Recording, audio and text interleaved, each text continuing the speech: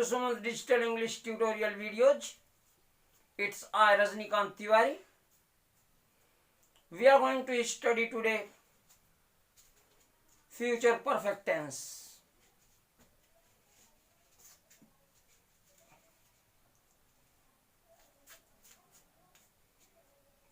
This tense is used to talk about actions that will be completed by certain future time. तो इस tense का प्रयोग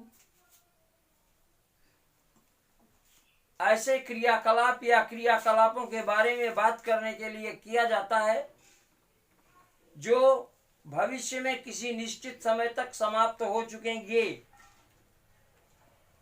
कहने का मतलब कि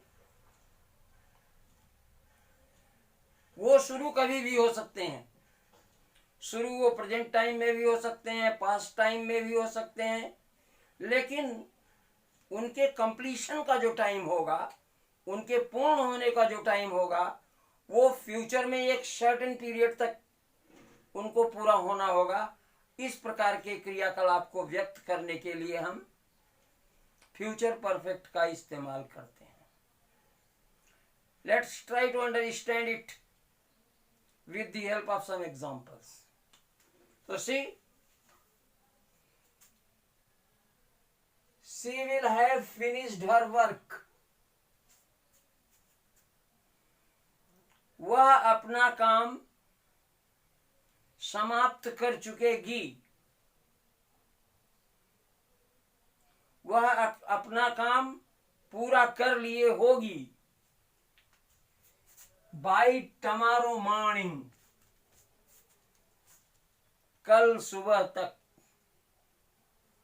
तो उसने काम करना चाहे जब भी प्रारंभ किया हो, चाहे जिस समय बात कही जा रही हो उस समय प्रारंभ किया हो, चाहे उससे पहले भी प्रारंभ किया हो, लेकिन उसके बारे में बताया क्या जा रहा है कि वह कल सुबह तक अपना काम समाप्त कर चुकेगी। इसका मतलब कल सुबह फ्यूचर टाइम है, तो फ्यूचर टाइम में यह है कि मॉर्निंग तक वो अपना काम खत्म कर लेगी। तो she will have finished her work by tomorrow morning. See the next example. By the end of 2020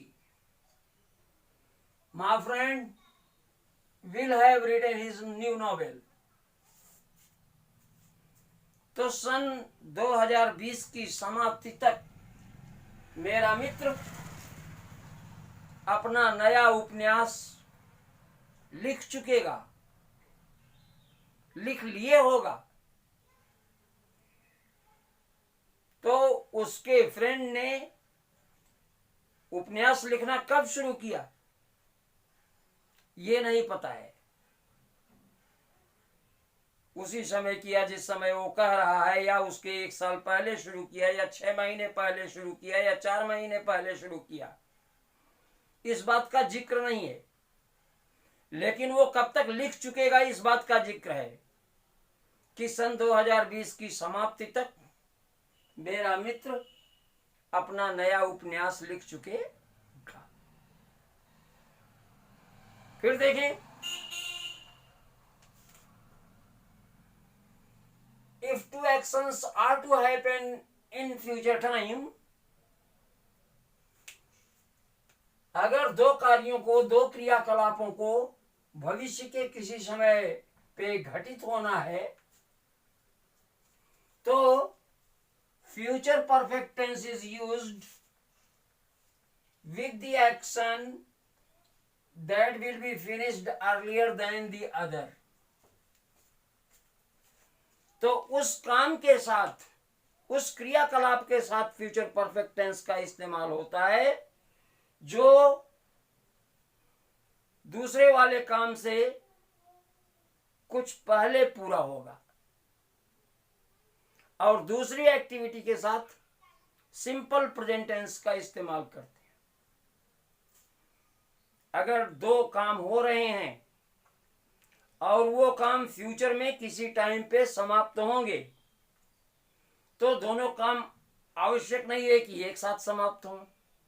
तो जो वाला काम पहले समाप्त होगा उसमें फ्यूचर परफेक्ट टेंस का इस्तेमाल होगा, और जो वाला काम बाद में भी चलता रहेगा और बाद में समाप्त होगा उसमें सिंपल प्रेजेंट का यूज करना पड़ेगा। तो let's try to understand it with the help of some example.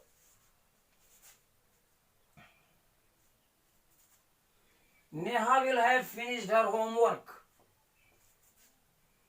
before her dad arrives.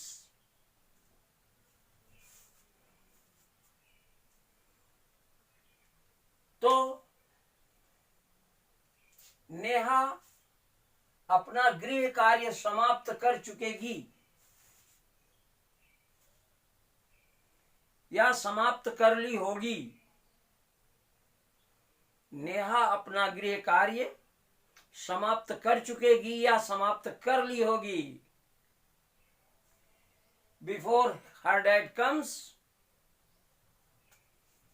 उसके पिता के आने से पहले, यानी जब उसके पिताजी आएंगे उससे पहले Neha will have finished her work, her homework. Neha अपने कार्य को समाप्त कर चुकी होगी। The other example, she will have left for Delhi before you go to see him.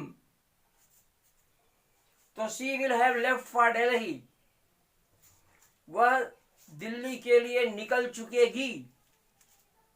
She will have left for Delhi, वह दिल्ली के लिए निकल चुकेगी। Before you go to see him, see her, आप उससे मिलने जाएंगे उससे पहले she would have left for Delhi, वो दिल्ली के लिए निकल चुकी होगी। तो